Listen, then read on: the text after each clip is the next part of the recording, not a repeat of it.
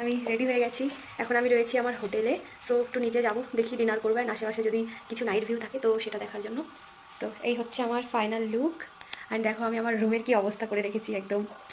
তো চলো গাইস যাওয়া যাক। বন্ধুরা, আমি রেডি হয়ে নিচে চলে আসলাম। অ্যান্ড যেহেতু আমার অন্যান্য রুমমেটদের রেডি হয়নি, তো আমি একটু ওদের জন্য নিচে ওয়েট করবো। অ্যান্ড তোমরাও হোটেলটা একটু দেখো। সত্যি বলতে হোটেলটা খুবই সুন্দর ছিল। অ্যান্ড এরপরে আমরা যাচ্ছি বাইরে ডিনার করতে। দেখা যাক বাইরে কি পাওয়া যায়।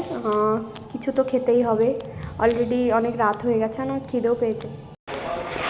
সো ফ্রেন্ডস, এখন আমি আমার হোটেলের নিচে এসেছি। তো হোটেলটাও খুব সুন্দর। তো চলো দেখা যাক এখানে কী করি, কী কী অ্যাক্টিভিটিস করি।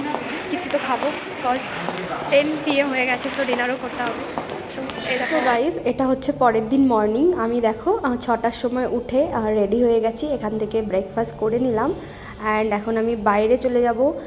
বাইরে আমাদের বাস চলে এসছে।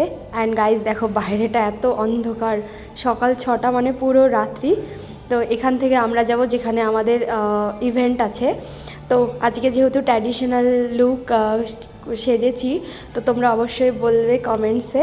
অ্যান্ড এখনই আমি পৌঁছে গেলাম। তো আমরা ভীষণই মজা করলাম। অ্যান্ড কেমন লাগলো তোমরা অবশ্যই কমেন্ট করে বলবে।